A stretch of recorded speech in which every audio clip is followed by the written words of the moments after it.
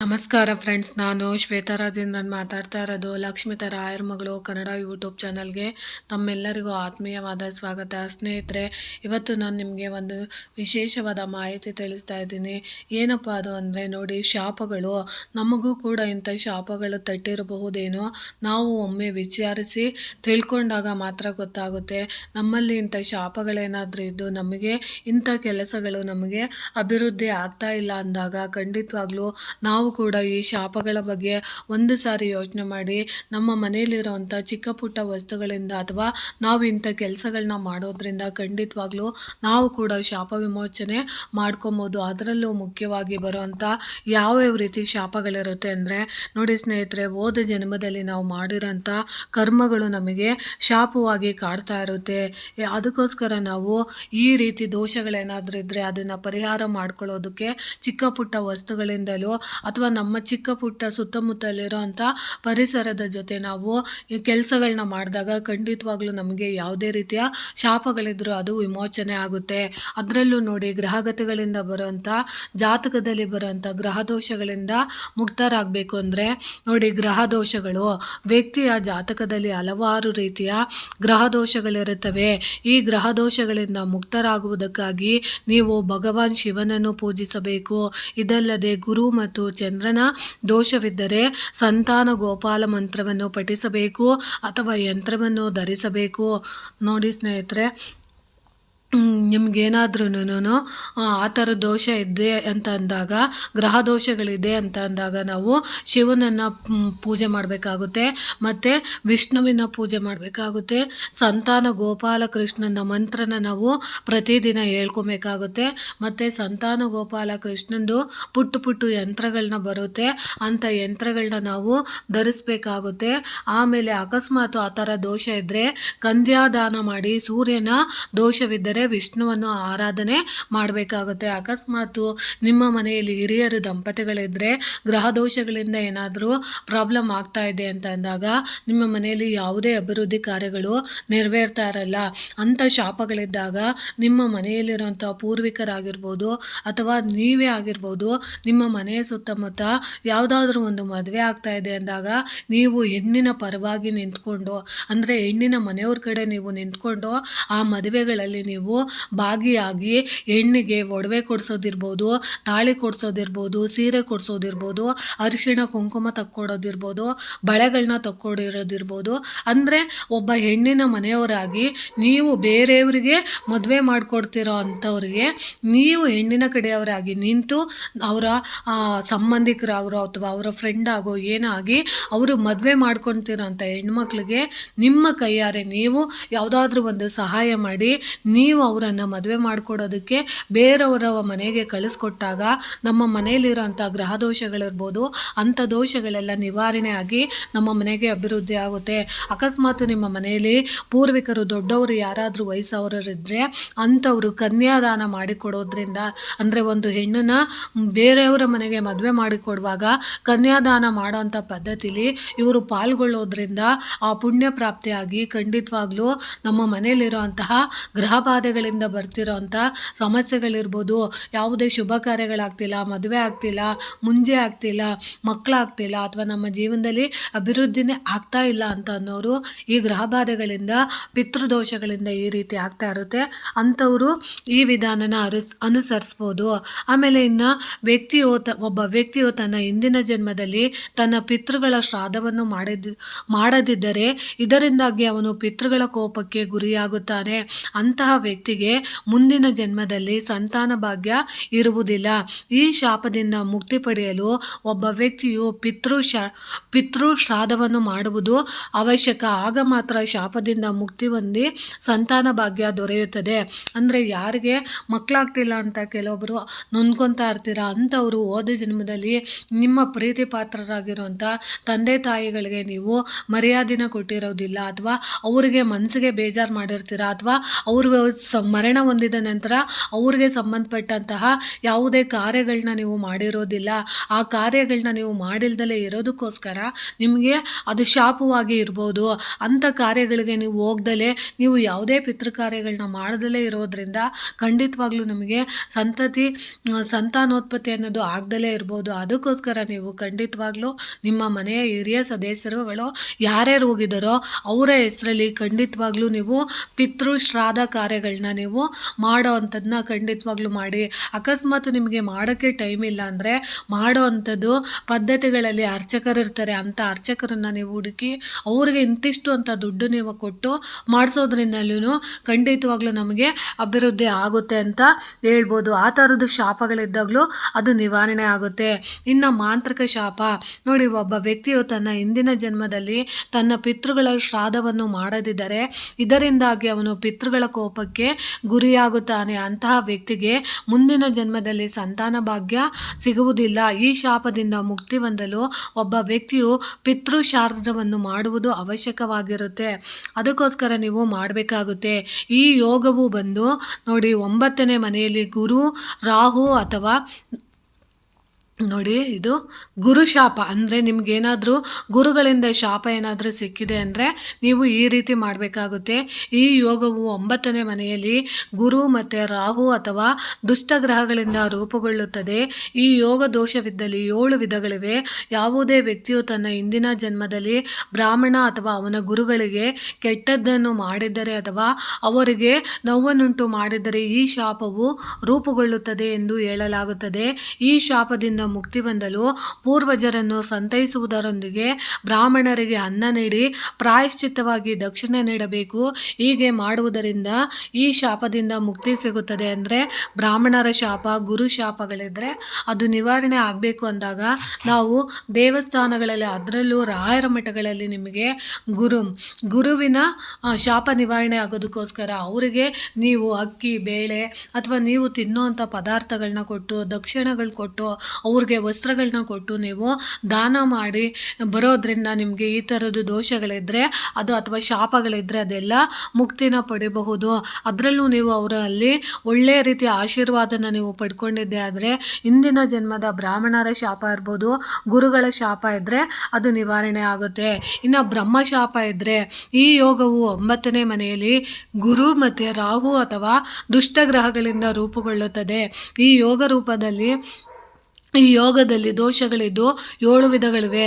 ಯಾವುದೇ ರೀತಿಯ ತನ್ನ ಹಿಂದಿನ ಜನ್ಮದಲ್ಲಿ ಬ್ರಾಹ್ಮಣ ಅಥವಾ ಆ ಗುರುಗಳಿಗೆ ನಾವು ಕೆಟ್ಟದ್ದನ್ನು ಮಾಡಿದರೆ ಮಾತ್ರ ಈ ಥರದ್ದು ನೋಡಿ ಬ್ರಹ್ಮಶಾಪ ಆಗಿ ನಮಗೆ ಪರಿಣಮಿಸುತ್ತೆ.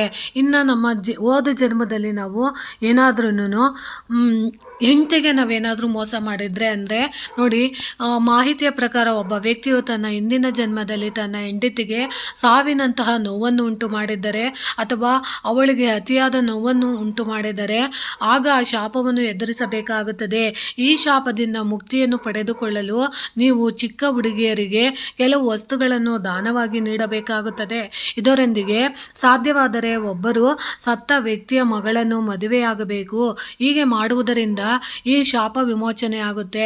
ಅಂದರೆ ನೋಡಿ, ಈಗ ತಂದೆ ತಾಯಿ ಯಾರೂ ಇಲ್ದಿರೋ ಅಂಥ ಅನಾಥೆಗೆ ನೀವೇನಾದರೂ ಮದುವೆ ಆಗೋ ಅಂಥವ್ರು ಯಾರಾದರೂ ಒಬ್ಬರು ಅನಾಥೆ ಅಂತ ಇರೋಂಥ ಹುಡುಗಿಗೆ ನೀವು ಬದುಕನ್ನು ಕಟ್ಟಿಕೊಟ್ಟಾಗ ಇಂತಹ ದೋಷಗಳಿದ್ದರೆ ಅಥವಾ ಇಂಥ ಶಾಪಗಳಿದ್ದರೆ ನಿವಾರಣೆ ಆಗುತ್ತೆ. ಯಾಕಂದರೆ ಹೋದ ಜನ್ಮದಲ್ಲಿ ನೀವು ಯಾರಿಗಾದ್ರೂ ಏನಾದ್ರೂ ನೀವು ನಿಮಗೆ ದಾಂಪತ್ಯದಲ್ಲಿ ಸುಖ ಇಲ್ಲ, ನೆಮ್ಮದಿ ಇಲ್ಲ ಅಂತ ಕೆಲವೊಬ್ರು ಹೇಳ್ತಾ ಇರ್ತಾರೆ. ಅಂಥವರು ಚಿಕ್ಕ ಮಕ್ಕಳಿಗೆ ಯಾರಾದ್ರೂ ಅವರು ಉಪಯೋಗಿಸುವಂಥ ವಸ್ತುಗಳು, ಬಳೆಗಳಿರ್ಬೋದು, ಕುಂಕುಮ ಇರ್ಬೋದು, ಬಿಂದಿ ಇರ್ಬೋದು, ಲಿಪ್ಸ್ಟಿಕ್ ಇರ್ಬೋದು, ರಿಬ್ಬನ್ ಇರ್ಬೋದು, ಕಾಲ್ಗೆಜ್ಜೆ ಇರ್ಬೋದು, ಇಂಥ ವಸ್ತು ವಸ್ತುಗಳನ್ನ ನೀವು ಮನೆಯಲ್ಲಿರೋಂಥ ಹಿರಿಯ ಸದಸ್ಯರು ನಮ್ಮ ಮನೆಯಲ್ಲಿ ನಮ್ಮ ಮಕ್ಕಳ ಮದುವೆ ಚೆನ್ನಾಗಾಗಲಿ, ನಮ್ಮ ಮಕ್ಕಳು ಅಭಿವೃದ್ಧಿ ಆಗಬೇಕು ಅಂತ ಬಯಸೋ ಅಂಥವ್ರು ನಮ್ಮ ಮನೆಯಲ್ಲಿ ಎಲ್ಲ ಇದೆ, ಹಣ ಕಾಸು ಎಲ್ಲ ಇದೆ, ಆದರೆ ನನ್ನ ಸೊಸೆ ಮತ್ತು ಮಗ ಸುಖವಾಗಿಲ್ಲ, ಅಥವಾ ನನ್ನ ಮಗುಂಗೆ ಒಳ್ಳೆ ಕಡೆ ಮದುವೆ ಮಾಡೋಕ್ಕಾಗ್ತಾಯಿಲ್ಲ, ನನ್ನ ಮಗಳಿಗೆ ಒಳ್ಳೆ ಮನೇನ ನಾವು ಮದುವೆ ಮಾಡಿ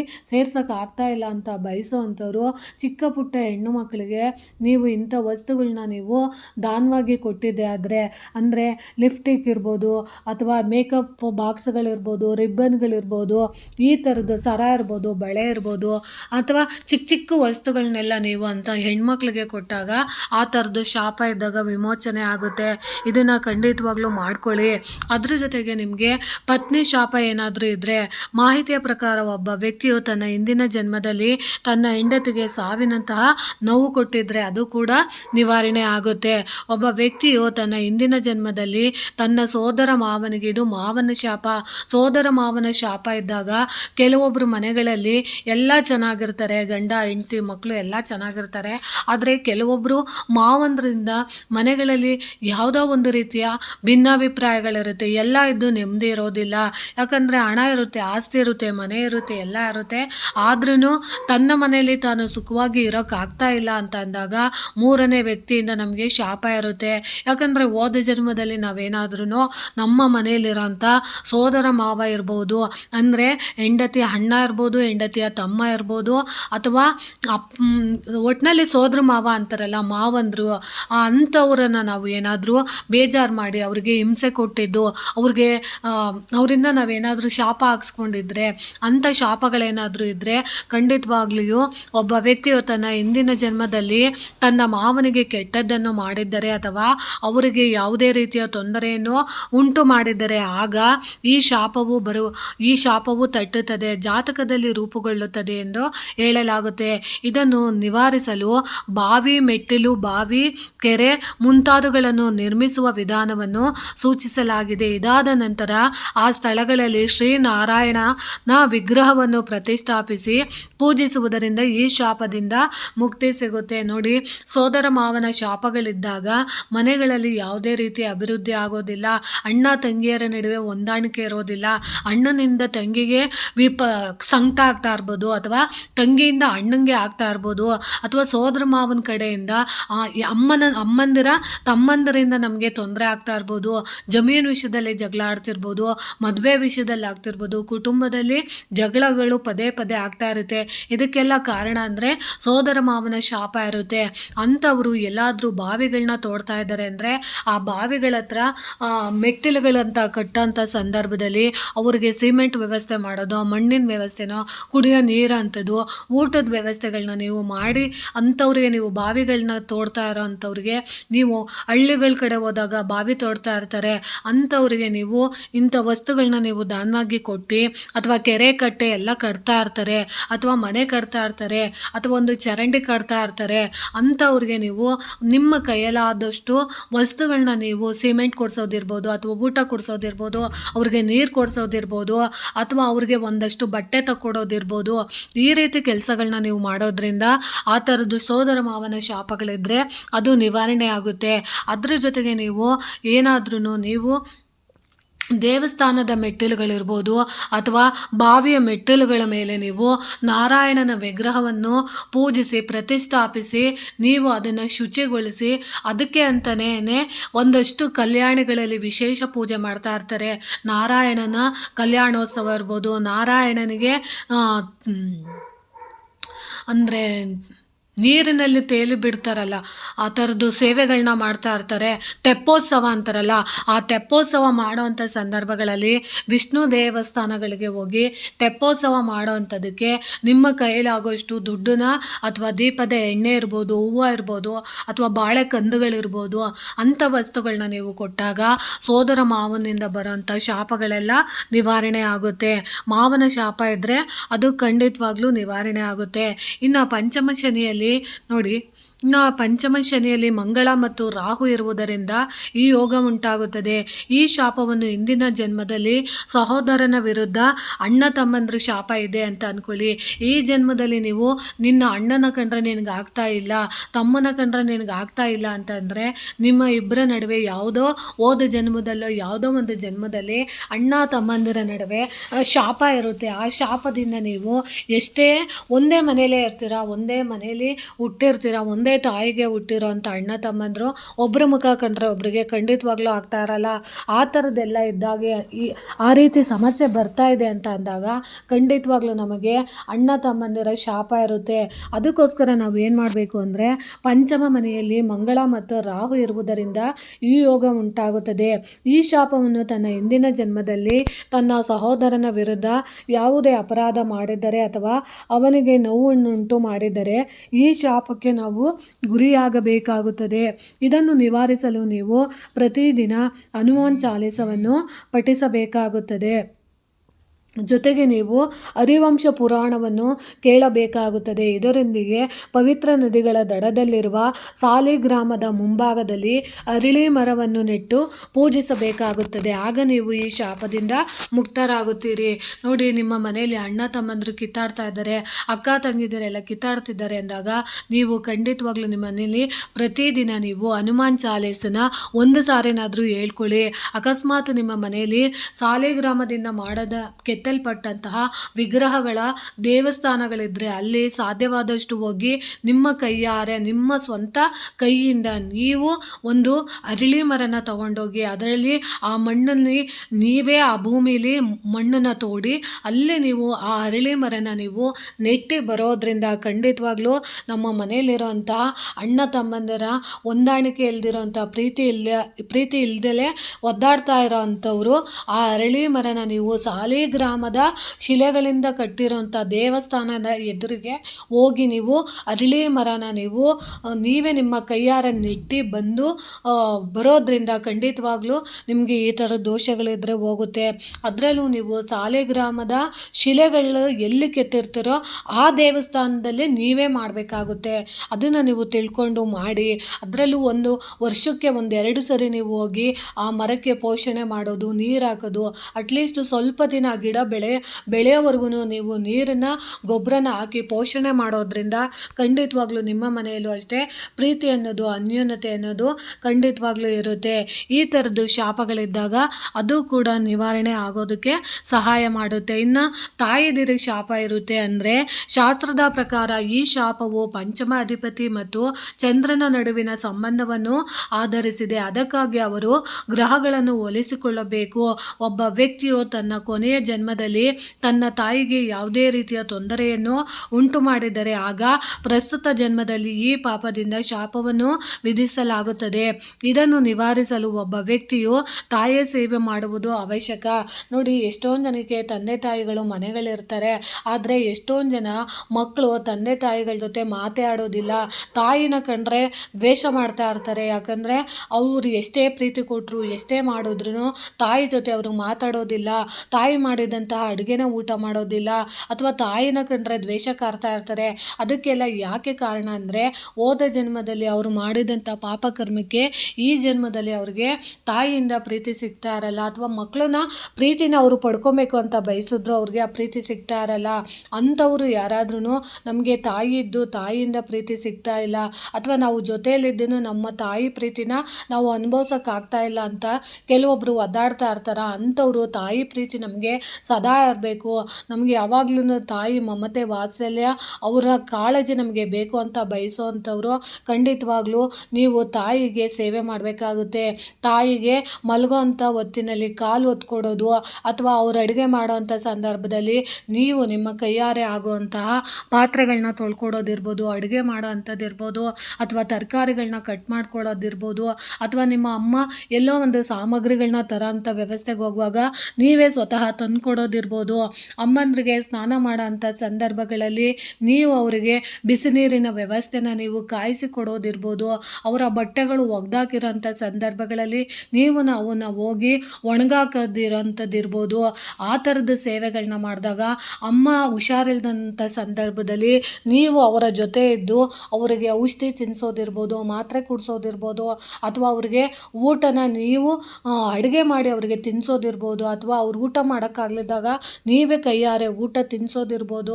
ಅಥವಾ ಕೆಲವೊಬ್ಬರು ತಾಯಿಗಳು ಹಾಸಿಗೆ ಮೇಲೆ ಒಂಟು ಎಲ್ಲ ಮಾಡ್ಕೊತಾ ಇರ್ತಾರೆ, ಅಂಥವ್ರನ್ನ ನೀವು ಸೇವೆನ ನೀವೇ ನಿಮ್ಮ ಕೈಯಾರೆ ನೀವು ಮಾಡಿದಾಗ ಅವ್ರಿಗೆ ಬೆಡ್ನ ಕ್ಲೀನ್ ಮಾಡಿಕೊಡೋದಿರ್ಬೋದು, ಸ್ನಾನ ಮಾಡಿಸೋದಿರ್ಬೋದು, ಈ ರೀತಿ ಕೆಲಸ ಕಾರ್ಯಗಳನ್ನ ನೀವು ಮಾಡೋದ್ರಿಂದ, ಆದಮೇಲೆ ತಾಯಿ ಸೇವೆನ ಮಾಡೋದ್ರಿಂದ ನಿಮಗೆ ಮಾತೃದೋಷ ಅಂದರೆ ಶಾಪಗಳಿದ್ದರೆ ಅದೆಲ್ಲ ನಿವಾರಣೆ ಆಗುತ್ತೆ. ಇನ್ನು ನಮಗೆ ಮುಖ್ಯವಾಗಿ ಸರ್ಪದೋಷಗಳು ಇರುತ್ತೆ.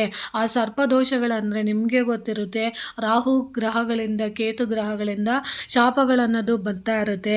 ಯಾಕಂದರೆ ಹೋದ ಜನ್ಮದಲ್ಲಿ ನಾವೇನಾದ್ರೂ ಹಾವುಗಳನ್ನ ಹೊಡೆದಿರೋದು ಅಥವಾ ಹಾವುಗಳನ್ನ ನಾವು ಸಾಯಿಸಿರೋದು ಗೊತ್ತಿಲ್ತಿದ್ದಂಗೆ ನಮ್ಮಿಂದ ಹಾವಿಗೆ ತೊಂದರೆ ಆಗಿದ್ದರೆ ಅಂಥದ್ದು ಶಾಪಗಳು ನಮಗೆ ಬಂದಿರುತ್ತೆ.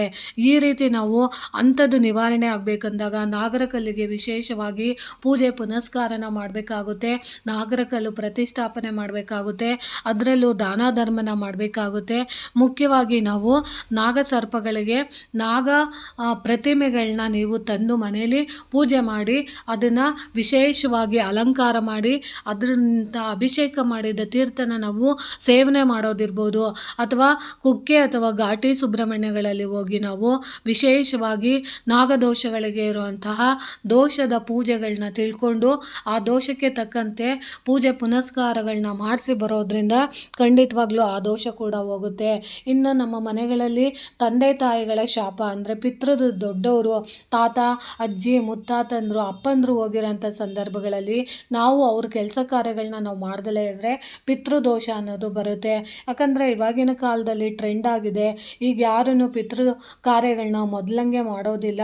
ಸುಮ್ಮನೆ ಏನೋ ಕಾಟಾಚಾರಕ್ಕೆ ಮಾಡಬೇಕು ಅಂತ ಅಂದ್ಕೊಂಡು ಅವರು ಅದ್ರ ಕಡೆಗೂ ಒಂದು ಪಿತೃ ಕಾರ್ಯ ಮಾಡ್ತಿದ್ದಾರೆ ಅಂದರೆ ಅದಕ್ಕೆ ಅದರದೇ ಆದ ರೀತಿ ನೀತಿಗಳಿರುತ್ತೆ. ಅಂಥ ರೀತಿ ನೀತಿಗಳಲ್ಲಿ ಪಾಲ್ಗೊಳ್ಳೋದು ಇಲ್ಲ. ಅಂಥದ್ದೆಲ್ಲ ಮಾಡಿದಾಗ ಪಿತೃಶಾಪ ಅನ್ನೋದು ಬಂದಿರುತ್ತದೆ.